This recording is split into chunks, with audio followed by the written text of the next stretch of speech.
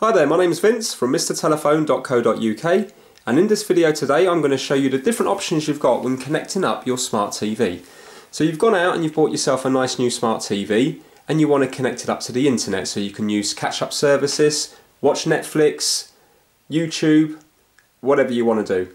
Now, the easiest way of doing this is via Wi-Fi because it involves no wires. The problem is, a lot of the time the Wi-Fi connection can be really hit and miss, especially if you're far away from your router. If you're from the States, you'd be calling it a router.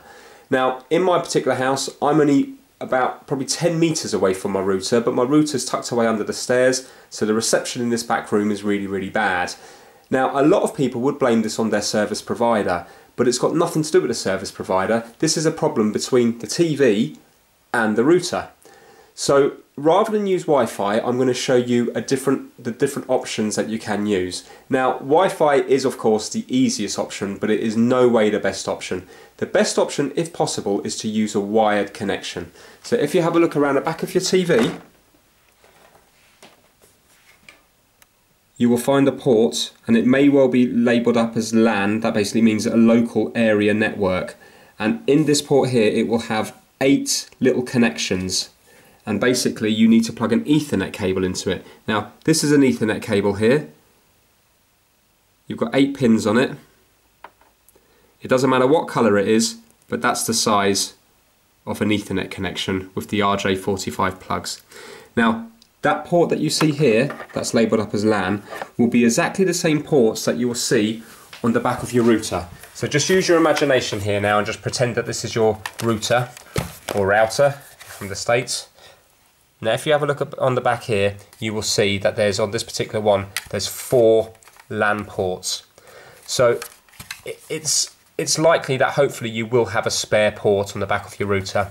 And then what you can do is you can just run a long lead from your router, again pretend this is a long lead, all the way in to the back of your TV. Like that. Now that will give you a wired connection, and that's as simple as that. Now these Ethernet cables can run up to 100 meters, so even if your router's far away from your TV, you've got up to 100 meters. So and they will work perfectly up to 100 meters. Now you'll get either a Cat5e lead or a Cat6 lead. Cat6 leads are more expensive and they are better and they can transmit at a higher speed, but with the current broadband speeds today, the Cat5e will still be more than adequate for the next few years. So basically, that's the easiest option. The problem is, you might not want a horrible wire traipsing down your wall. Now, in my house here, I've got them all tucked away, so I've got a wired connection, which is this one here, and I've got it all tucked away into the fabric of the building. But I appreciate that you might not be doing major work, so you might not want to go down this route. Now, if you can't do the wired route, which is definitely the best option, then another good option is using these Powerline adapters. Now I'll just show you the box to begin with. Again, these are really cheap now. This is from the UK, so this is a BT. This is BT, a UK company. And what the Powerline adapters do is they actually use the wall sockets, you know, your power electrical sockets on the wall. So what you would do is you would plug in, let's unplug that from up there. Again, pretend this is your router here. You would plug in one of these into your socket where your router's based. So pretend that this is under the stairs or, you know, by the front door or wherever it is. And then you would plug the other end in to a power point. And then you would get your lead and you would plug it in there. And the other end into the TV. And what this does is, it uses the electrical wire in your house. So imagine that this is plugged into another plug socket. It's actually sending the signal from the router via a wired connection into the Powerline adapter, which converts it to run down the power cables in your house, and then they will come out into any socket in your house, and then from there, again, you've got a wired connection from there going up into your TV, and they do work well. Now, let's say again, if you've still got this problem of having this wire coming down the wall, which you probably don't want. So another option is, plug that.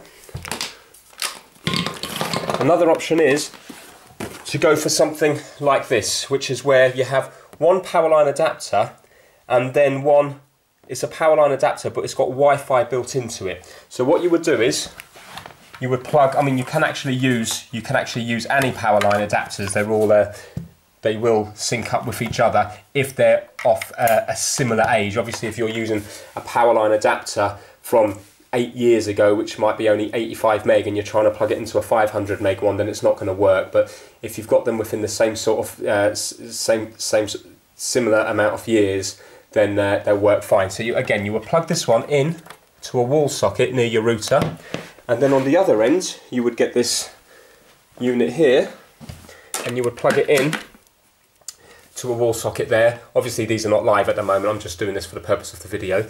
And what this will do is, this will basically use the power line, use the electric lines again, the electric wires, to bring the signal from the router through your house electric wiring to this unit here, and then this will act as a wireless router from here, so like a wireless access point.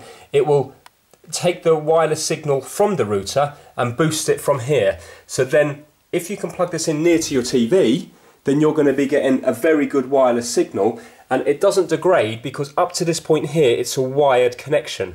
So that also works pretty well. And then you will still be able to use your Wi-Fi like you did before, but instead of having a poor signal, you're going to have a good signal, because the signal in this case is only going from here 3 meters down to that socket there. So that's also a good option. So if possible, run a wired connection. If you can't run a wired connection, run a power line connection. If you can't run a power line connection, run a power line connection with the Wi-Fi.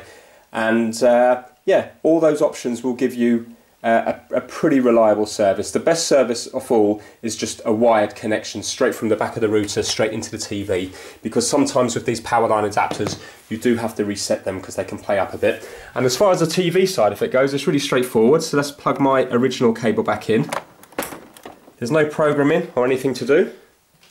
You just, it says up here, network cable connected, set up wired network. So you just press enter.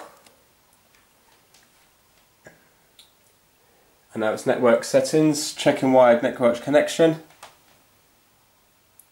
Ignore that bit there. Right, if your TV is now connected to the internet, and now you'll be able to watch Netflix or YouTube or whatever you choose to watch without any problems. So if we just go over to Netflix,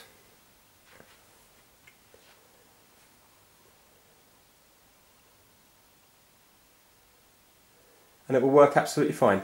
So hopefully you find the video useful.